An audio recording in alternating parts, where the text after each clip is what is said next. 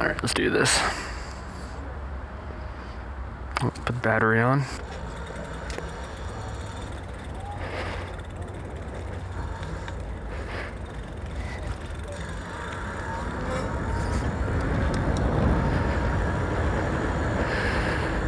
Alright, leaving the gym. This is about a 12.2 mile ride home on the e-bike.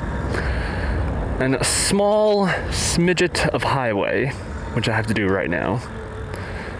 But it's like less than a mile. There we go.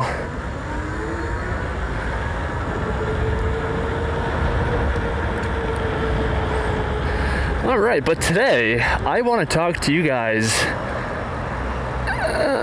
Bypass. There we go. All right, but today about e-bike kits, because of course this is a custom e-bike. I talk about it basically exclusively on this channel, and I want to talk about kits, because you can save a lot of money by doing what I do. So when it comes to e-bike kits, there's a whole sea of options out there. And to be honest, they're kind of exactly the same. I'm sure like 1 or 2 factories makes all of the hub motors. Because at the end of the day, a hub motor is just a basic brushless, electric scooter. But like I was saying, a hub motor is just a brushless electric motor. Like, it's super simple. So there's only a few factories that make them, and they're all essentially identical. So that's important to understand. The biggest differentiator between the brands is going to be the rim attached to the hub motor, and of course the controller, because that comes with the hub motor. So like the amperage that's rated for, as well as the battery and whether or not it's compatible with 52 volts, 72 volts, all that kind of stuff.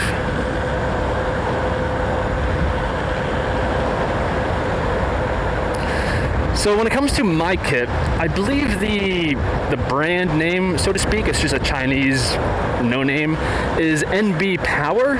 I see they sell on Amazon, but I went directly to Alibaba. I'm sure AliExpress is the same thing, but the shipping is going to be way longer. It's like a month's shipping, but I got it for like half the price. I actually had to buy things like the throttle myself on Amazon.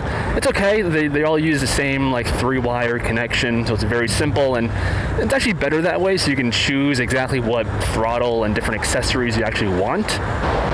Oh yeah, and of course the bike. The bike is very important. I wouldn't put a 2,000 watt motor on a 20-year-old bike that you found in your basement. This bike I bought specifically to do this conversion. It was $400. It's a Mongoose bike, so it's budget. But this bike itself, I'll leave it linked down below. I think you can only buy it from Walmart. This came out in August of 2021. Like right when I made this build and bought this bike, it was like brand new.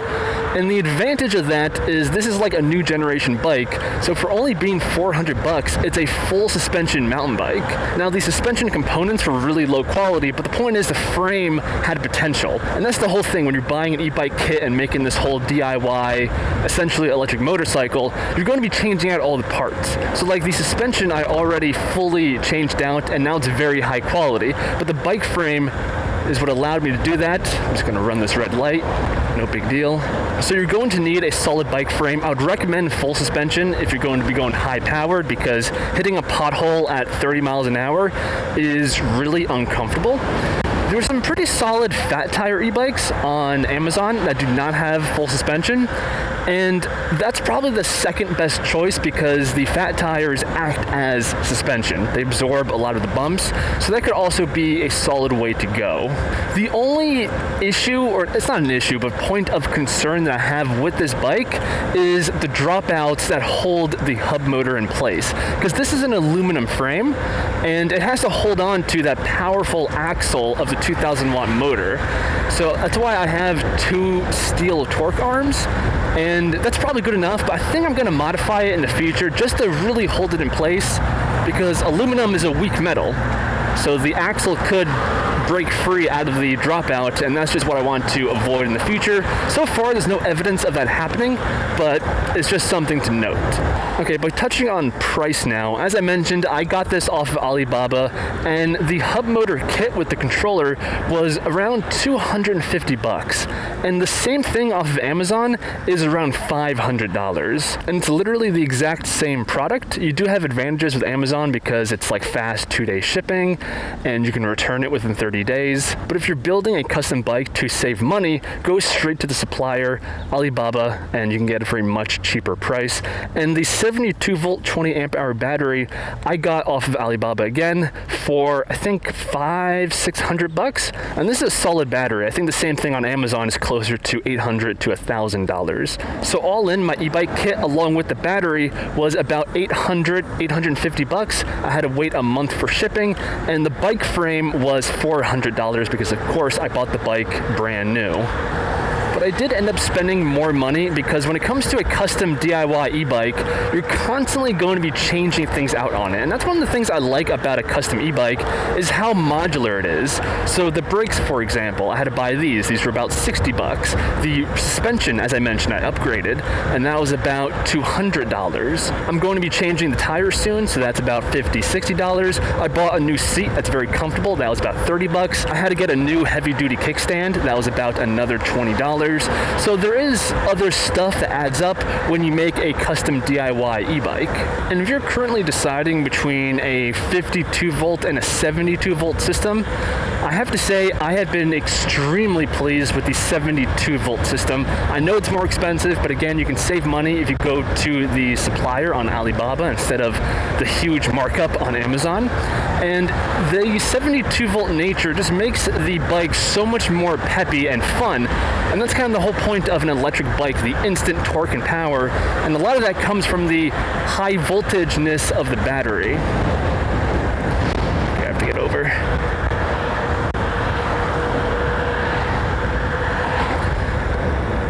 Yeah, so I definitely recommend a 72 volt system if you're looking to do a DIY e-bike.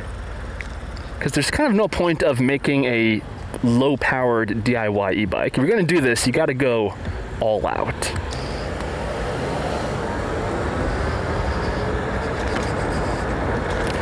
Yeah, so I'll go ahead and leave most of the parts that I used and upgraded and bought for this bike linked down below so you guys can check it out. And they're not going to be affiliate links by any means. They're just going to be the major parts that I use, like the shock in the back. I'll leave the bike itself linked down below, the motor, the battery, even my brakes, the handlebars even, that was like 30 bucks. So there is a lot of stuff you spend money on, and I'll leave links to all of them down below so you can get a feel for the kind of stuff that you might want to be upgrading.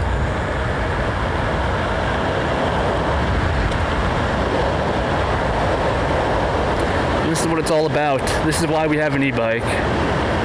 Moments like this. And I'm not spending money on gas. That's huge. Gas is approaching like $4 a gallon. Absolutely insane.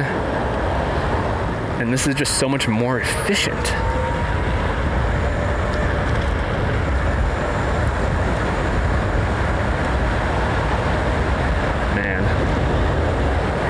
I might still get an Sur-Ron eventually, maybe next spring, maybe try to sell this bike.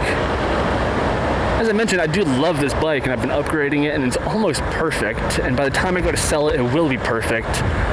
But it's just so much fun. I want to try more bikes because I've never had a pre-built system. I just had my DIY, so I think it'll be pretty fun to use. And I mean, the one downside of this bike, the Mongoose frame bike, is that it is full suspension, but the rear suspension, the shock only has 35 millimeters of travel. Now that equates to more like 100 millimeters of travel when it comes to total suspension travel because of the geometry of the bike. What the fuck are you doing? Chill, brah. Jeez. But yeah, the Sur-Ron in comparison, I love the suspension on it. The front and back have 8 inches of travel. And even this 100 millimeters of travel makes a huge difference versus a hardtail, no suspension bike. So I feel like the Sur-Ron is going to be just a pleasure to ride. The only thing with the Sur-Ron is that it's a 60 volt system. My custom e-bike is 72 volts, so it's actually going to be a downgrade. But, you know, it's not all about the voltage, I will admit that. What the hell is that? You think I can catch up to that three-wheeled monstrosity? Let's try to catch up to it. What the hell is it? And we're gonna do a slow drive-by. Ooh.